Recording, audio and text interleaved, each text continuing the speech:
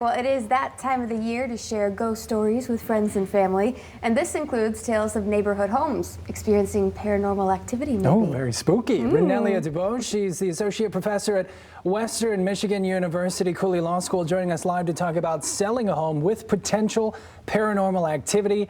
Is this something that you see often here in West Michigan, Renelia? Well, allegedly all around the country, but the leading case in this area actually happened in New York. Oh, okay. There was a woman that lived in Nyack, New York, and she had a house, and she actually advertised it and promoted it as a haunted house. It's the famous Stmbrovsky versus Ackley case. So Helen Ackley had this home. It was a beautiful home on the Hudson River, and they had a walking tour, and her house was known as the haunted house.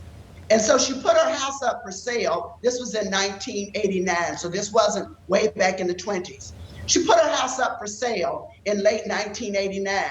And a man that lived in New York City that didn't know the reputation of the house, Mr. Jeffrey Stmbrovsky, put down $32,000 on the house, not knowing that it had been featured nationally in Reader's Digest and in local newspapers as a haunted house. She claimed there was lots of poltergeist activity that interacted socially and regularly with her family. Wow. And so he put down money for the house, $32,000.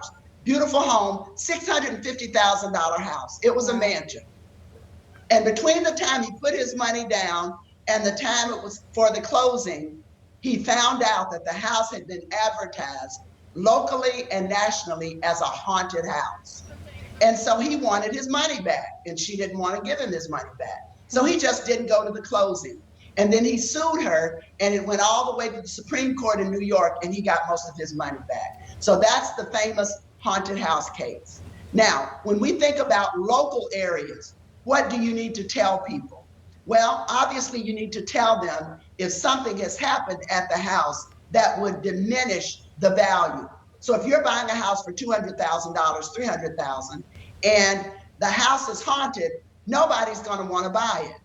What we know, though, logically, is in statute, you have to tell them if there are code violations, pending lawsuits, lead paint, things that would cause physical harm. But what you don't want to do is know that there are things going on that the community knows that would devalue the house, and then you sell it to somebody not from the community, because the Stmbrovsky case hangs out there in every lawyer's mind.